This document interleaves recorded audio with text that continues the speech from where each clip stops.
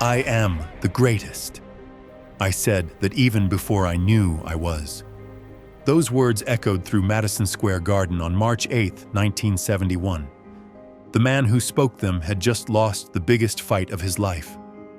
Muhammad Ali lay on the canvas, defeated by Joe Frazier in what they called the fight of the century. His jaw was broken. His face was swollen beyond recognition. His undefeated record was gone. But even in defeat, Ali remained defiant. Even broken, he was still the greatest. This is the story of a man who was more than a boxer. He was a poet, a prophet, a rebel who changed not just sports, but the world. He sacrificed everything: his title, his prime years, his health, for his principles. And in doing so, he became something more than a champion. He became immortal. What would you give up to stand for what you believe in, even if it cost you everything you'd worked for?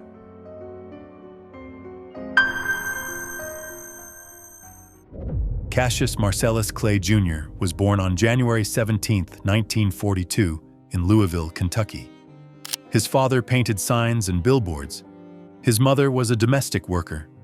They lived in a modest house in a segregated neighborhood, where dreams seemed as distant as the stars. But young Cassius had dreams bigger than Louisville, bigger than Kentucky, bigger than anyone thought possible for a black boy in the Jim Crow South. The story of how Cassius became a boxer is the stuff of legend. When he was 12, someone stole his bicycle. Furious, he went to the police station to report the theft. There, he met Joe Martin, a police officer who also trained boxers at a local gym. "I'm gonna whoop whoever stole my bike," Cassius declared. "Well, you better learn how to fight first," Martin replied. That stolen bicycle changed the course of history. Cassius threw himself into boxing with an intensity that amazed everyone who saw him. He trained 6 days a week, running before dawn, hitting the heavy bag until his hands bled, sparring with anyone who would get in the ring with him. But Cassius was different from other boxers. He was fast, impossibly fast for a heavyweight. He danced around the ring like a butterfly, stinging like a bee. He kept his hands low, leaned back from punches, and moved with a grace that seemed to defy the laws of physics. By age 18, he had won 100 amateur fights and lost only 8. He won the light heavyweight gold medal at the 1960 Olympics in Rome, defeating the best young boxers in the world. When he returned to Louisville, he was a hero. But the moment didn't last. Legend says that Cassius threw his Olympic gold medal into the Ohio River after being refused service at a whites-only restaurant. Whether that story is true or not, the sentiment behind it was real. Olympic champion or not, in the 1960s America, Cassius Clay was still just another black man in a segregated society. That experience shaped everything that came after. In 1960, Cassius turned professional. From his very first fight, he was different. He didn't just fight, he performed. He predicted the round in which he would win. He composed poems about his opponents. He bragged, boasted, and proclaimed his greatness to anyone who would listen. "I float like a butterfly, sting like a bee. The hands can't hit what the eyes can't see." The boxing establishment hated it. Fighters were supposed to be humble, respectful, grateful for the opportunity to entertain white audiences. Cassius was none of those things. He was loud, proud, and unapologetically black in an era when black athletes were expected to know their place. But Cassius backed up his words with his fists. He won fight after fight, each victory more impressive than the last. His speed was otherworldly. His footwork was poetry in motion. His jab was like lightning. By 1964, he had earned a shot at the heavyweight championship. His opponent was Sonny Liston, a former convict with ties to organized crime who was considered one of the most feared men on the planet. Liston was the betting favorite. The experts gave Cassius no chance. They were wrong. On February 25, 1964, in Miami Beach, Cassius Clay shocked the world. Liston, claiming a shoulder injury, refused to come out for the 7th round. At 22 years old, Cassius Clay was the heavyweight champion of the world. But the biggest shock came after the fight. At the post-fight press conference, the new champion made an announcement that would change his life forever. He had joined the Nation of Islam, a black Muslim organization led by Elijah Muhammad. "I don't have to be what you want me to be," he declared. "I'm free to be what I want." Soon after, he changed his name from Cassius Clay, which he called his slave name, to Muhammad Ali. The transformation was complete. The Louisville kid who had started boxing to get back his stolen bicycle had become something unprecedented in American sports. A black athlete who refused to stay in his lane. The backlash was immediate and vicious. Sports writers called him a traitor. Fans burned his pictures. Former supporters turned against him. The government began investigating his ties to the Nation of Islam. But Ali didn't care. He had found his voice, and he was going to use it. For the next 3 years, Ali dominated heavyweight boxing like no one before or since. He defeated Sonny Liston in a controversial rematch. He outboxed Floyd Patterson. He destroyed Cleveland Williams. He outfought Ernie Terrell. Each victory made him more famous and more controversial. He wasn't just winning fights. He was challenging everything America believed about race, religion, and the role of athletes in society. Then came Vietnam. In 1966, Ali was drafted into the U.S. Army. The Vietnam War was escalating, and the military needed bodies. Ali was young, strong, and famous, perfect for military propaganda. There was just one problem. Ali refused to go. "I ain't got no quarrel with them Viet Cong," he said. "No Viet Cong ever called me nigger." The statement sent shockwaves through America. Here was the heavyweight champion of the world, refusing to serve his country in wartime. Ali's reasons were both religious and political. As a Muslim, he claimed conscientious objector status. As a black man, he questioned why he should fight for a country that denied him basic civil rights. "Why should they ask me to put on a uniform and go 10,000 miles from home and drop bombs and bullets on brown people in Vietnam, while so-called Negro people in Louisville are treated like dogs and denied simple human rights?" The government wasn't interested in his explanations. On April the 28th, 1967, Ali appeared at the induction center in Houston, Texas. When his name was called, he refused to step forward. The consequences were swift and devastating. Within hours, Ali was stripped of his heavyweight title. His boxing license was revoked. He was banned from fighting in all 50 states. He was convicted of draft evasion and sentenced to 5 years in prison and a $10,000 fine. At 25 years old, Muhammad Ali, the greatest heavyweight boxer who ever lived, was banned from boxing. The prime years of his career, from age 25 to 28, were stolen from him. These should have been his peak years, when his speed, power, and reflexes were at their absolute best. Instead, Ali spent them fighting a different kind of battle, the battle for his principles. He could have compromised. He could have served in the military in a non-combat role, entertaining troops or teaching boxing. Many people urged him to take the easy way out. Ali refused. "I will not disgrace my religion, my people, or myself by becoming a tool to enslave those who are fighting for their own justice, freedom, and equality." The exile nearly destroyed him financially. He had been earning millions as champion. Now he couldn't fight anywhere in America.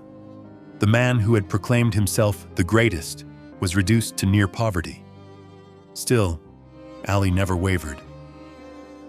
For 3.5 years, Ali was in boxing exile. He watched as other fighters claimed pieces of his heavyweight title. He watched as his skills, unused, began to deteriorate. He watched as the prime of his career slipped away. But something else was happening during those years of exile. Public opinion was shifting. The Vietnam War was becoming increasingly unpopular. Ali's stance, which had seemed treasonous in 1967, began to look prophetic. In 1970, the New York State Athletic Commission finally granted Ali a license to fight. His first opponent was Jerry Quarry. On October 26, 1970, at Madison Square Garden, Muhammad Ali returned to the ring after 43 months in exile. He was rusty. He was older. He had lost 3.5 years of his prime, but he was still Ali. He stopped Quarry in the third round. The crowd erupted. The king had returned. But Ali's greatest challenges still lay ahead. Joe Frazier had claimed the heavyweight title during Ali's exile. The fight between Ali and Frazier was more than a boxing match. It was a clash of philosophies, a battle for the soul of Black America. On March 8, 1971, they met at Madison Square Garden in what was billed as the fight of the century. For 15 brutal rounds, they battered each other. In the 15th round, Frazier landed a devastating left hook that sent Ali crashing to the canvas. Ali got up, but the damage was done. Joe Frazier won by unanimous decision. For the first time in his professional career, Muhammad Ali had lost. But even in defeat, Ali's greatness shone through. The loss to Frazier was devastating, but it wasn't the end of Ali's story. It was the beginning of his greatest chapter. Over the next 3 years, Ali rebuilt his career. He avenged his loss to Frazier in a rematch. He defeated other top contenders. He proved that even past his prime, he was still one of the best heavyweights in the world. But the ultimate prize remained elusive. The heavyweight championship belonged to George Foreman, a devastating puncher who had destroyed Joe Frazier in 2 rounds to win the title. Foreman was younger, stronger, and more powerful than Ali. He was undefeated in 40 fights, with 37 knockouts. He was considered invincible. On October 30, 1974, in Kinshasa, Zaire, Ali got his chance to reclaim the title he had never lost in the ring. The fight, promoted as the Rumble in the Jungle, captured the world's imagination. Nobody gave Ali a chance. He was 32 years old, past his prime, facing a man 8 years younger who hit harder than anyone in the division. But Ali had a plan. For 7 rounds, he absorbed Foreman's power punches, leaning against the ropes and letting the younger man punch himself out. It was a dangerous strategy. One mistake could end the fight, but Ali executed it perfectly. "Rope-a-dope," he called it later. In the 8th round, with Foreman exhausted from throwing hundreds of punches, Ali struck. A perfect combination dropped the seemingly invincible champion to the canvas. George Foreman couldn't get up. Muhammad Ali was heavyweight champion of the world once again. The victory in Zaire was more than a boxing triumph. It was vindication of everything Ali had stood for. He had sacrificed his prime years for his principles, and now, past his peak, he had reclaimed his throne. "I told you I was the greatest," Ali said after the fight. "I told you all." Ali would go on to defend his title successfully several more times. He would have 2 more epic battles with Joe Frazier, including the brutal Thrilla in Manila that nearly killed both men. But his greatest victory wasn't in the ring.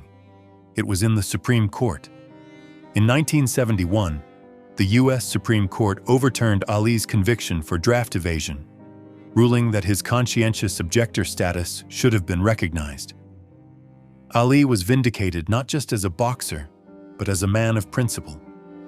The man who had been vilified as a traitor was now seen as a hero. His stance against the Vietnam War, which had seemed so controversial in 1967, was now recognized as prescient. Muhammad Ali retired from boxing in 1981, his skills finally diminished by age and the accumulated damage of too many wars. He finished with a record of 56 wins and 5 losses, with 37 knockouts. But his legacy extended far beyond boxing. Ali had shown that athletes could be more than entertainers. They could be activists, philosophers, agents of social change. He had paved the way for every athlete who would later use their platform to speak out on social issues. He had also shown the world what courage looked like. Real courage wasn't just physical bravery in the ring. It was moral courage, the willingness to sacrifice everything for your principles. In his later years, Ali battled Parkinson's disease, a cruel irony for a man whose greatest asset had been his speed. The voice that had once boasted and proclaimed was reduced to a whisper. The hands that had once moved like lightning now shook uncontrollably. But even in illness, Ali remained a symbol of greatness. When he lit the Olympic torch at the 1996 Atlanta Olympics, his trembling hands holding the flame steady, the world was reminded of what true greatness looked like. Muhammad Ali died on June 3, 2016, at the age of 74. His funeral was attended by world leaders, celebrities, and ordinary people whose lives he had touched. But Ali's real monument isn't a statue or a building. It's the example he set. He showed us that greatness isn't just about winning. It's about standing up for what you believe in, even when it costs you everything. He showed us that being the greatest isn't just about being the best at what you do. It's about being willing to sacrifice for something bigger than yourself. Muhammad Ali called himself the greatest, and he was right.